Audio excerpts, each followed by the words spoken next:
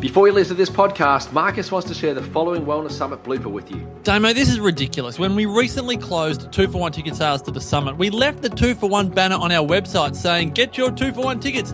How do you think that's gone down with our loyal listeners? People are jumping online to buy 2-for-1 tickets, but our system has shut them down. Oh dear, Marcus. So let's do this, MP. As our way to thank our listeners for their patience and to apologise for our feeble technology troubles, let's release 100 more seats at 2-for-1. Let's do 50 double passes at the 2-for-1 rate. But Damo, we were just about to raise the price by $50 a ticket. I know, MP, but I'm pulling rank. For 1 week only, Wellness Couch listeners, you have one more chance to come to the summit at half price. 2 days at the Melbourne Convention Exhibition Centre on September 10 and 11. That's 16 hours of powerhouse wellness at less than $10 per hour. You're so generous, Damo. This offer strictly expires at 11:59pm on Sunday, May 8th, so don't delay. To register for one of only 50 double passes, go to thewellnesssummit.com.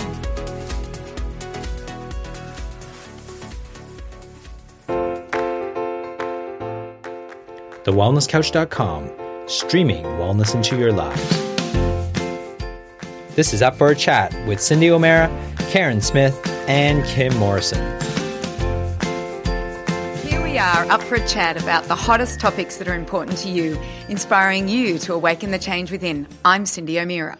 And welcome to The Wellness Guys. I'm Damian Christoph. Today we are doing a special episode. I've got Cyndi here with me in Sydney at the Bioceutical Symposium, and we're doing a co-branded podcast with Up for a Chat and The Wellness Guys. And we're coming to you because we have probably the most eminent, most popular rock star in the grain discussion at the moment, and that's Dr David Perlmutter, and he's joining us at the symposium. And David, this is an exciting time for us, and we'd love to welcome to both of our podcasts. Well, I am delighted to be here. I think this is really a great experience for all of us to have such great thought leaders available to really do what a doctor is supposed to do. The word doctor actually in Latin means teacher, and that's what's going on here. So it's really an honor, very exciting to be part of all this. David, it's been a really fascinating event. It's been a very eye-opening event, and some of the things that I suppose we've taken for granted in nutrition and taken for granted in diet, I suppose have been a little bit exploded, which has been great. I've had a number of questions throughout the weekend which I'd love to ask you about, particularly with regards to other grains, because it's quite clear that we can see that wheat has become a problem, and maybe that's because of glyphosate, or maybe it's because of the way in which the gluten content is greater in wheat. What do you see as the biggest problem at the moment in nutrition and diet around grain? Is it confusion? Is it ignorance? I think that, the biggest problem is really that grains are being so heavily promoted basically because they're cheap and there's huge profitability in it. It isn't a food that humans are really designed or adequately equipped to be consuming. As it relates to the gluten-containing grains, wheat, barley, and rye, there is a separate issue that relates to gluten that we can talk about in just a moment. But I think that when people are looking at grains in general, they have to recognize that as a group, aside from the gluten discussion, that this is a food that represents highly concentrated levels of carbohydrates. And that's a very important topic, quite apart from gliadin and gluten and even the genetic modification and spraying with herbicides like glyphosate. So just by virtue of the fact that grains are a rich source of carbohydrate entering into the human diet, that very simplistically creates a whole set of issues. We've never eaten a diet that's high in carbohydrate. Humans have never had access to carbs until two important events occurred. One event occurred just very recently, and that was the development of agriculture just 10,000 years ago. And the other event was about 200 or 300 years ago as we developed the means to harvest simple sugars from more complex carbohydrates. These two events have had a dramatic effect in a very detrimental way in terms of human health. Our diet for more than 99% of the time that we have walked this planet has been a diet that derived most of its calories, oddly enough, from the dreaded fat. we have been fativores. I don't think I've ever used that word before. I made it up. I own that. I better get the URL. We have been fativores, basically, and fat is a source. One of the macronutrients: fat, carbohydrates, and protein, but is unique in that it is so highly concentrated in terms of calories, having more than twice the caloric content of carbs and protein. So it's been a very vital food source for us as humans for a couple million years.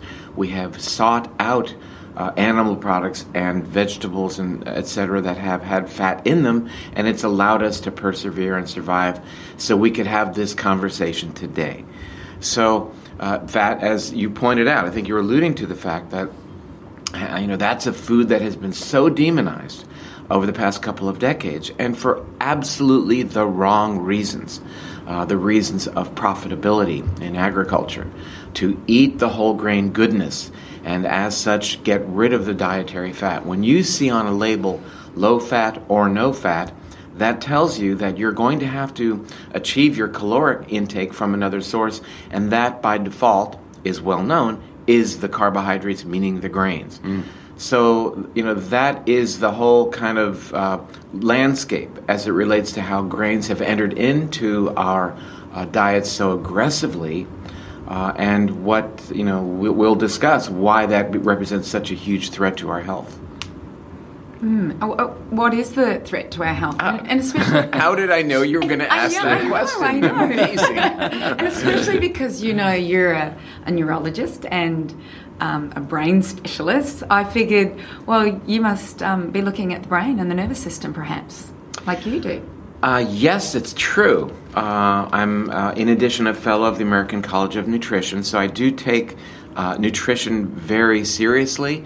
But now, when we celebrate the dance between nutrition and brain health and functionality, I think it represents the dawn of a new era in neurology and in brain health and looking at brain disorders. The brain is exquisitely sensitive to our nutritional choices, our dietary choices, and as such, we can leverage that information to pave the way for a healthier brain, a brain that is more functional and a brain that is more resistant to succumbing to any number of degenerative conditions that we fear. It is often thought that, getting Alzheimer's is really luck of the draw. And that if you do, well, then you'll take a magic pill. We don't have a magic pill. There's no treatment, Cyndi. As we have this discussion right now, there's no treatment, nor is there any cure now or on the horizon for that dreaded disease, which, affects more than 350,000 Australians as we have this conversation, the rates of which are increasing dramatically. And yet we know wonderful published literature in very respected journals is telling us that a significant amount of this disease didn't have to happen if people would pay attention to some simple lifestyle recommendations. Your dad, and you often mention this in public, so I hope you don't mind me asking this question, he had Alzheimer's. And did this propel you to find an answer to the epidemic that seems to be happening in the Western world? Well, my dad did, in fact, help set me on the course, but it wasn't because of his Alzheimer's. That certainly happened later on. He was a very accomplished, compassionate, well-trained neurosurgeon. And, he began quizzing me in neurological diseases when I was probably 10 years old at the dinner table, because that was pretty much his mistress. He was married to my mother, but his mistress was neurosurgery. So, I would be at the dinner table and he'd be asking me questions about, what is the name of the syndrome that Italian men get that causes degeneration of their corpus callosum when they drink too much red wine? That's how I grew up. And it's great dinner-time conversation. How about that? Yeah. So that said, and then as years went by, I would join him in the operating room, hold the retractors while he would extricate brain tumors. So I really did have a very early life exposure to brain science in general, became fascinated by it. And I've always been, I think, out of steps with my mainstream colleagues. I'm happy to say in a good way. It did propel me to look at things in a different way.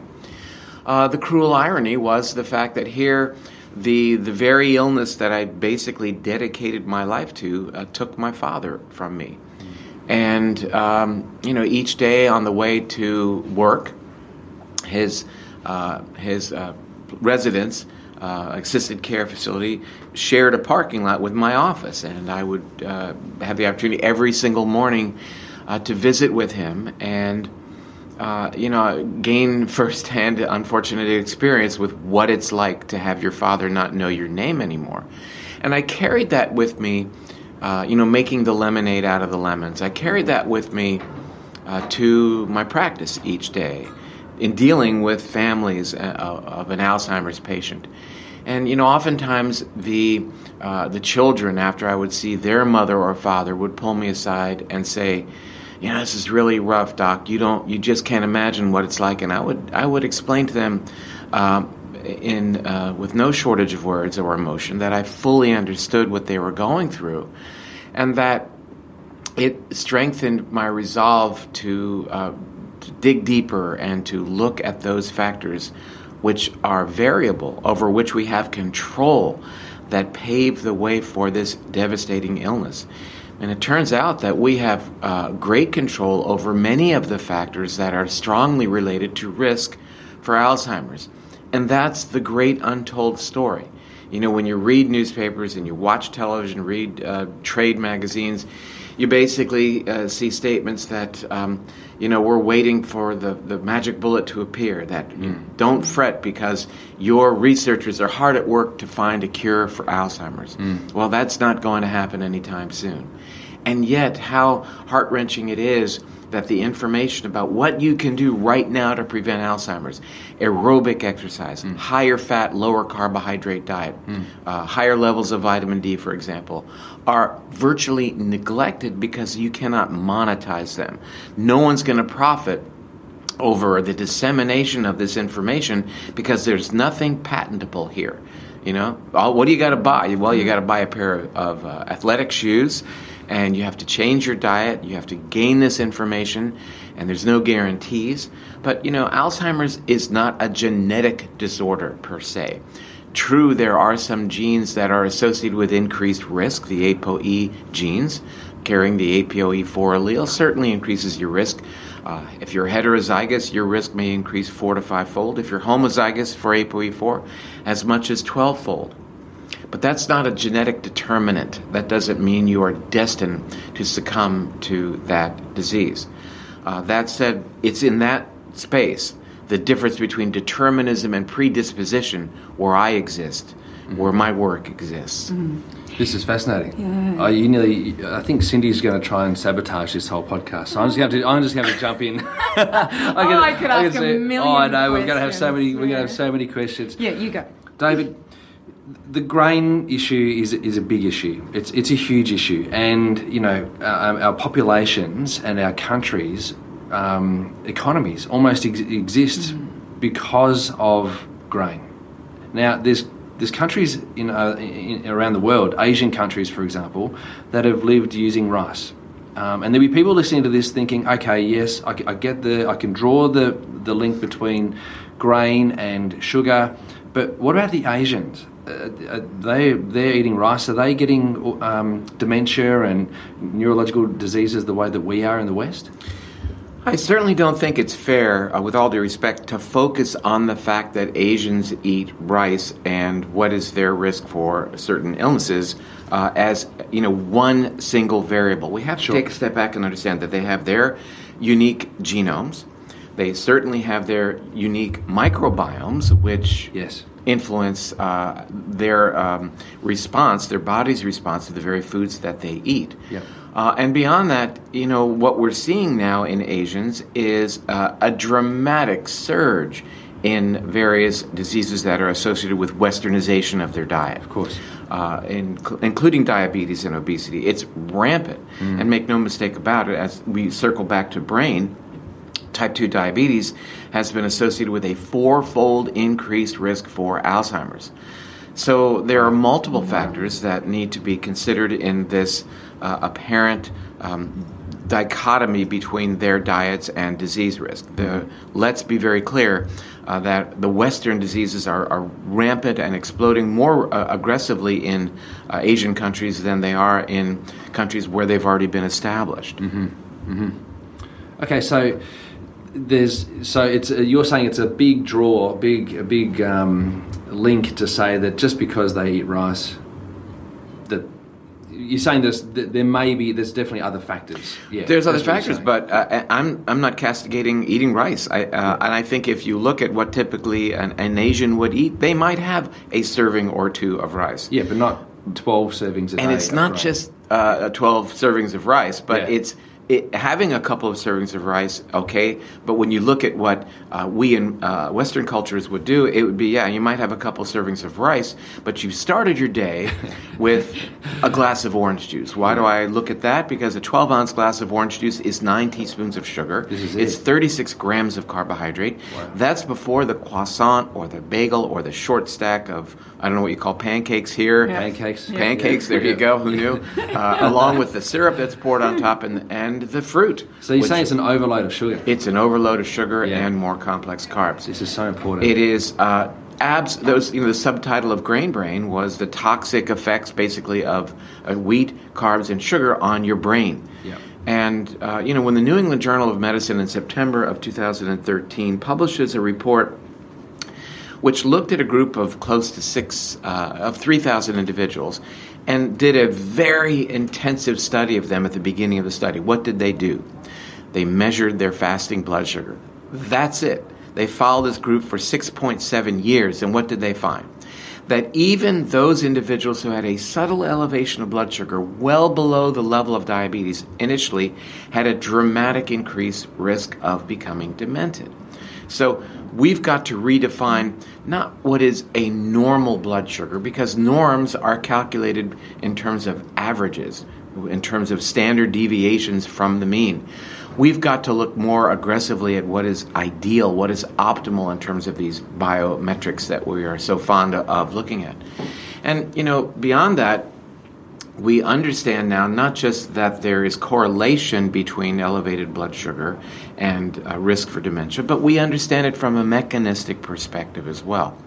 We know that one of the most powerful predictors of shrinkage of the hippocampus, your brain's memory center, correlated with Alzheimer's disease, is the A1C, the glycated hemoglobin.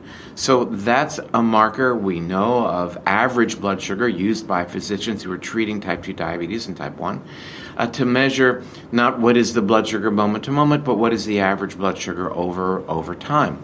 But that said, the process of glycating our proteins, and it's well beyond the protein hemoglobin that is glycated, when proteins are glycated, they are changed.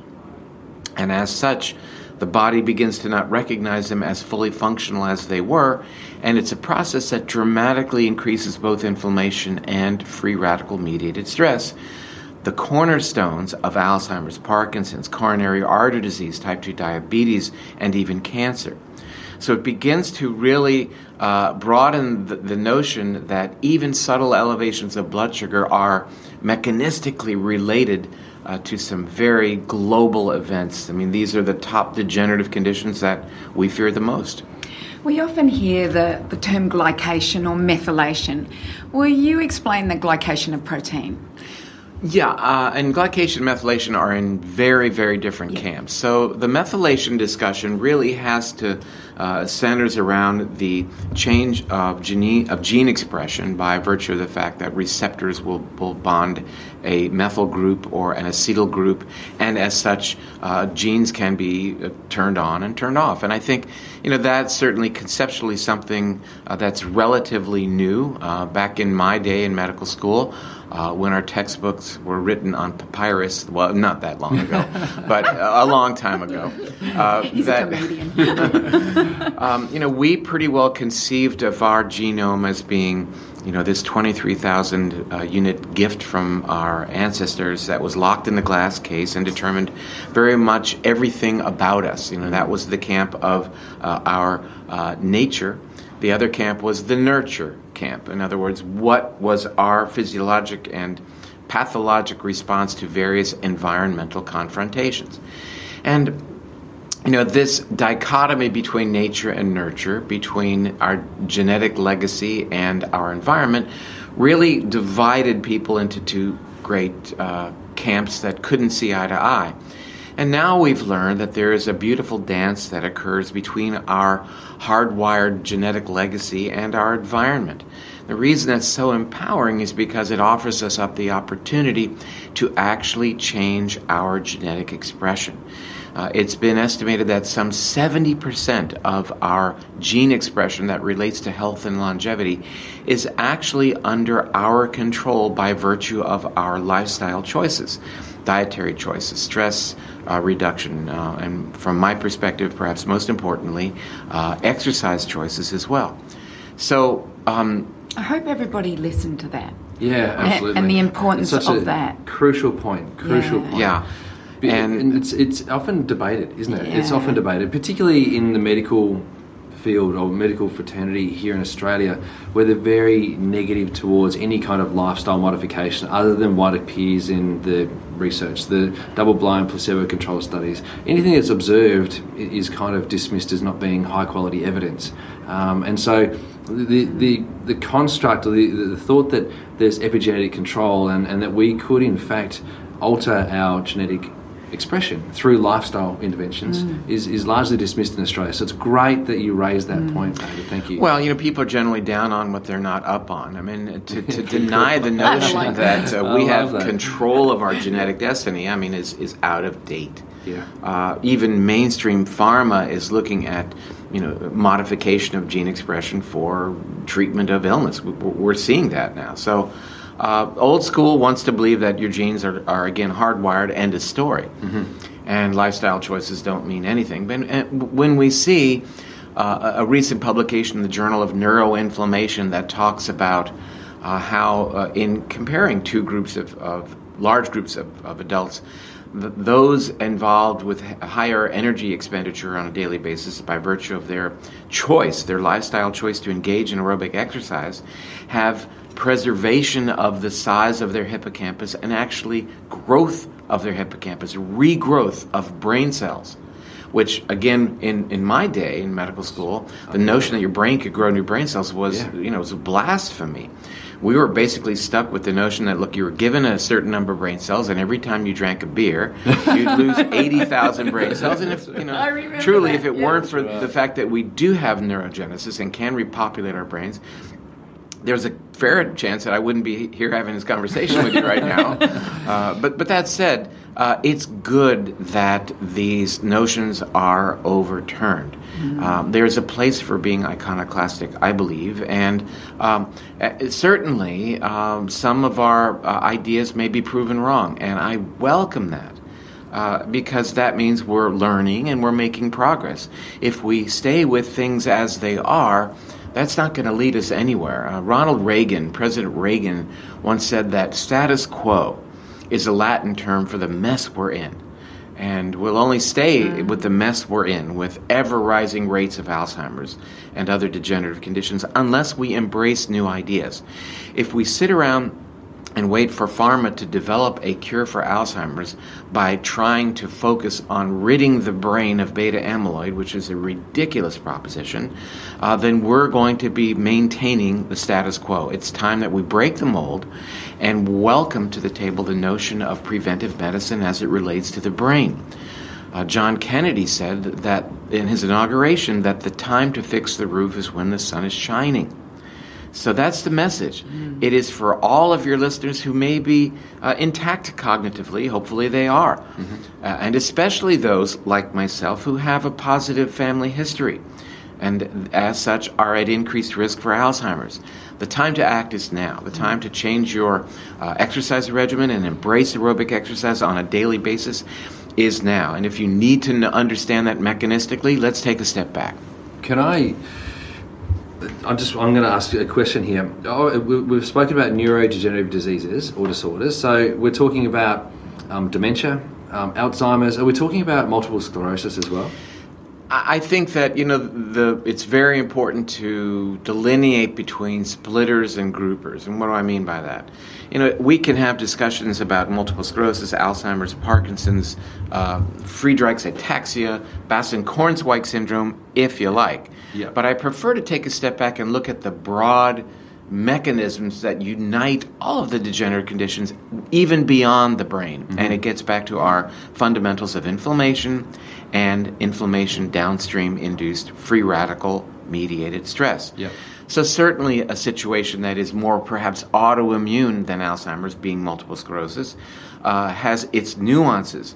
But when we recognize that ultimately what is digesting myelin is, again, this action of immune dysregulation, and there's a lot of crosstalk between these issues. And it takes us to a place of wanting to localize in human physiology where it all starts. MS is primarily not a brain disorder, nor is Alzheimer's, nor is ALS, Lou Gehrig's disease. Mm-hmm. Nor is autism, a major hot button. These are primarily gut-related disorders. As you've learned in this symposium, the set point of inflammation, the set point for balancing the immune system, is in and around the one-cell layer of the gut epithelium. And that's a very compelling notion. When you have world-respected experts like Dr. Alessio Fasano from Harvard driving home the point that this is where it all begins. This is where autoimmunity begins. It seems at first blush to be hard to connect the dots between lupus or rheumatoid arthritis or celiac disease or type 1 diabetes or MS for that matter to the gut. But this is that connection. This is the gut connection to systemic issues. And, here I am having practiced medicine for 30 years and having been focused for a long time on looking at the brain for answers to our brain-related disorders, which, they asked Slick Willie, why do you rob banks? He said, that's where the money is. Well, why do you look towards the brain for answers? That's looking in the wrong place. To look outside the brain, to look south of the foramen magnum, and look at the gut has opened up a brand new panorama for us, a playing field that we are absolutely going to move ahead and leverage to really get to the root of these problems. You're not treating depression with an antidepressant medication. You're treating the smoke but ignoring the fire. Similarly, the drugs that people give to autistic children, the cholinesterase inhibitor drugs that are given to Alzheimer's patients that are basically ineffective. Not basically, they are ineffective, but yet represent a multi-billion-dollar industry, do not treat Alzheimer's disease at all. They are an attempt to treat the end product, which is this deficiency of acetylcholine in certain areas of the brain. The question would be, well, why did it happen in the first place? Be the fence at the top of the cliff rather than the ambulance at the bottom. Right, and it's very important that we focus on the fire, not the fire engine that's arrived on scene. I love it. I think I've seen your evolution. Like I've watched you, I read your book, Grain Brain, and then I read your book, Brain Maker. And I would recommend, if people are interested in the information that you've got, and read, I think, Grain Brain first, and then go into Brain Maker, because one addresses the whole grain and sugar thing, and the next one then goes into the microbiome, which I've just, as soon as it came out, I downloaded it. I couldn't wait for the book and read it within a couple of days. And I just think you say it simply. It's not complicated. Like some of the people that we've been listening to, I'm just like a deer in headlights, just because they're just getting straight into the alleles and all of this stuff. But you just explain it so beautifully. So if people want more information, I think they're their best sources. Absolutely. Well, I appreciate hearing that. I mean, I just checked my books this morning here in Australia on Amazon and found that Brain Maker and Grain Brain are number 1 and 2 in your country right now. Well, it deserves to be. Well, yeah, you know absolutely. what? I'm that's very, very validating for me. I think just the fact that's what I elected to do. And then I come here and you embrace that. It's very, very it confirms that I feel I'm on the right track in my chosen mission. So I appreciate that. And I just want to put a little plug in here. I have to. Yes. Is that Dr. Perlmutter's in your movie documentary, What's with Wheat? That's right.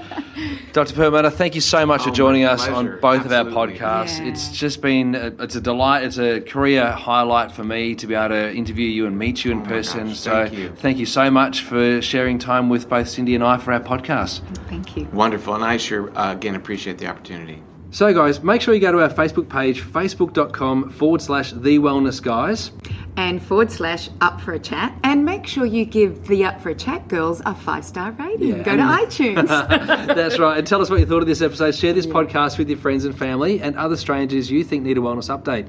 Subscribe to us on iTunes. Make sure you leave us a 5-star rating as well. Don't just give the girls one. And until next week, begin creating wellness into your lives. Lead by example. And let's change the world's health together. Join us next week on The Wellness Guys Show. And Bye for now. and up for a chat. Bye for now. See you guys.